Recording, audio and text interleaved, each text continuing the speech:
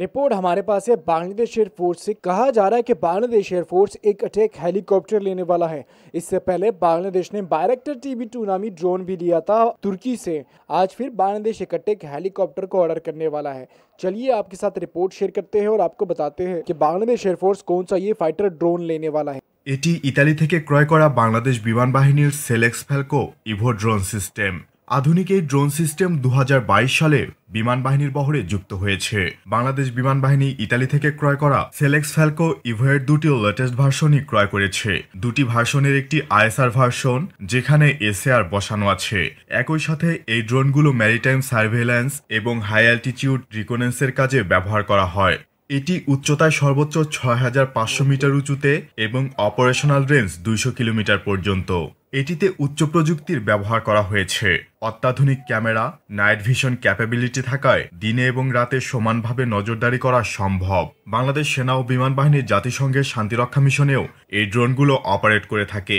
এটির নির্মাতা হল ইতালিয়ান জায়ান্ট কোম্পানি লিওনার্দো। এটি 17 ফুট লম্বা এবং 24 ফুট চওড়া একটি ড্রোন, যা অপেক্ষাকৃত মাঝারি উচ্চতায় আকাশ থেকে নজরদারি চালাতে পারে। সিঙ্গেল ইঞ্জিনে পরিচালিত ড্রোনটি ঘন্টায় 216 কিলোমিটার বেগে চলতে পারে এবং এটির সার্ভিস সিলিং রেট 21,325 ফুট।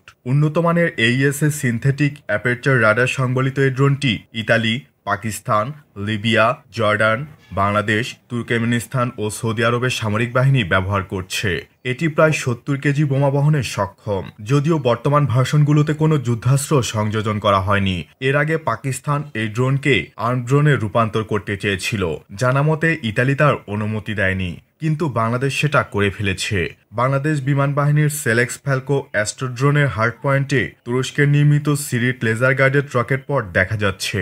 প্রাথমিকভাবে এগুলোকে জ্যামার মনে করা হলেও আদতে এগুলো রকেট পড, যা তুরস্কের নির্মিত সিরিট লেজার গাইডেড রকেট বহন করে থাকে।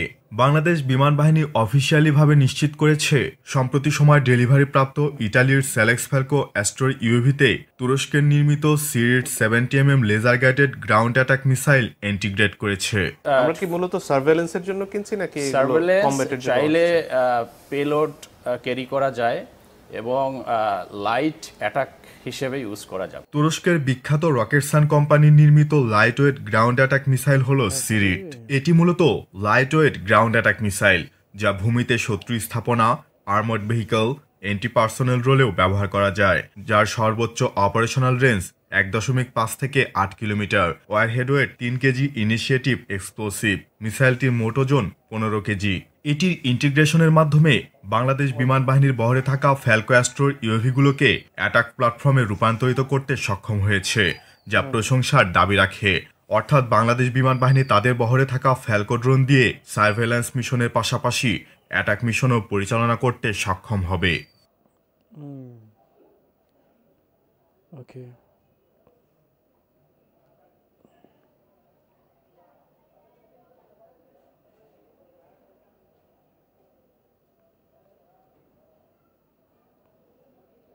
देखिए आप सबको पता है कि बांग्लादेश एयरफोर्स अपनी एयरफोर्स को ताकतवर बना रही है।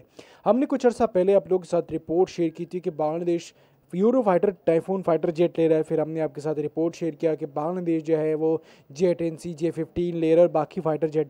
लेकिन आज हमारे पास इंटरेस्टिंग रिपोर्ट इस बारे में है कि बांग्लादेश का कहना है कि बांग्लादेश एयरफोर्स अटैक हेलीकॉप्टर के बजाय अटैक ड्रोन लेने वाला है। इससे पहले भी बांग्लादेश ने बायरेक्टर TB2 नामी ड्रोन परचेज़ किया था, जो कि काफ़ी इंटरेस्टिंग था। आप सब ने देखा होगा कि बांग्लादेश जो है वो काफ़ी इंटरेस्टिंग तरीके से अपनी एयरफोर्स को ताकतवर बना रहा है। अब बांग्लादेश जो है वो पैसा बहुत है, जिसकी वजह से अपनी एयरफोर्स के लिए अलग अलग हथियार ले रहा है। पाकिस्तान से भी कई सारे हथियार लिए हैं, चाइना से लिए, फ्रांस से लिए, और अभी भी कई सारे डील चल रहे हैं। तो इस टाइम पे मुझे लग रहा है कि बांग्लादेश काफ़ी जल्दी ये फाइटर ड्रोन लेगा और इससे बांग्लादेश को काफ़ी ज़्यादा फ़ायदा होगा।